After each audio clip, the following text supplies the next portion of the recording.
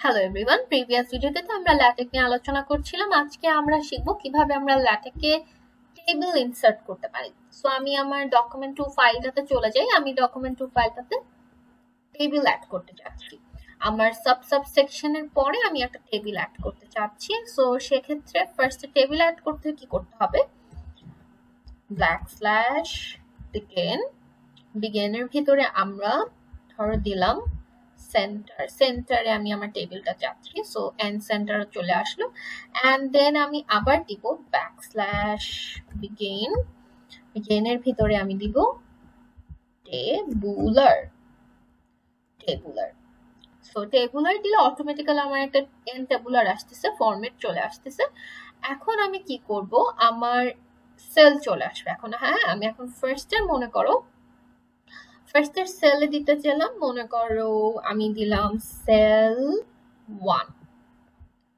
Sell 1 এর পরে একটা ampersand দিব, and then আমি দিলাম sell 2, then double backslash, and again আমি দিলাম সেল 3 ampersand, then আমি দিলাম সেল 4। সেল 4 এর পরে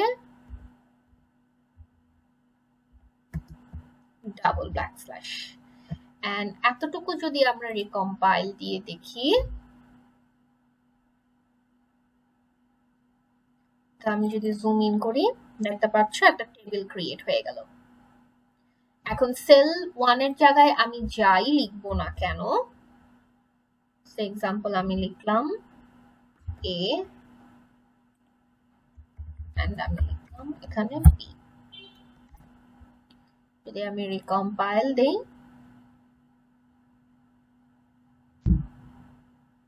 এভাবে আমার সেলগুলো ক্রিয়েট হবে।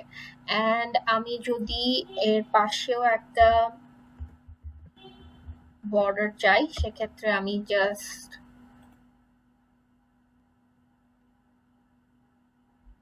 কম্পাইল দিলে সাইডে বর্ডার চলে আসলো। এন্ড দেন যদি আমি উপরেও বর্ডার চাই, সেক্ষেত্রে বিগিনের আগে আমি দিব backslash H line, and then সেলগুলোর পরেও আমি দিব ব্যাকস্ল্যাশ এইচ লাইন। এবার যদি দেখাই তাহলে একটা প্রপার টেবিল আমরা দেখতে পাবো, প্রপার একটা টেবিল ক্রিয়েট হয়ে গেল। ইভেন আমরা আরেকটা জিনিসও করতে পারবো, সেটা হচ্ছে এক্সাম্পল এবিসি এর পরে আমরা আরেকটা এইচ লাইন দিতে পারবো।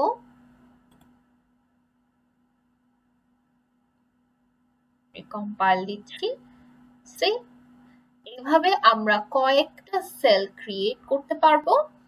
যদি আমাদের প্রয়োজন হয় তাহলে আমরা বর্ডার্স ইউজ করব, অথবা আমরা বর্ডার্স নাও ইউজ করতে পারি। বাট সাইডের বর্ডার্স গুলো ইউজ করার জন্য আমাদেরকে জাস্ট আমাদের কিবোর্ডের যেই ডাক চিহ্নটা, ডাক কিবোর্ডটা আছে, সেই কিটা ক্লিক করলেই হয়ে যাবে। এন্ড আমার উপরের আর নিচের অথবা মাঝের জন্য যে বর্ডার দিতে হলে এইচ লাইন ইউজ করতে হবে। এইভাবে আমরা একটা টেবিল ক্রিয়েট করতে পারি।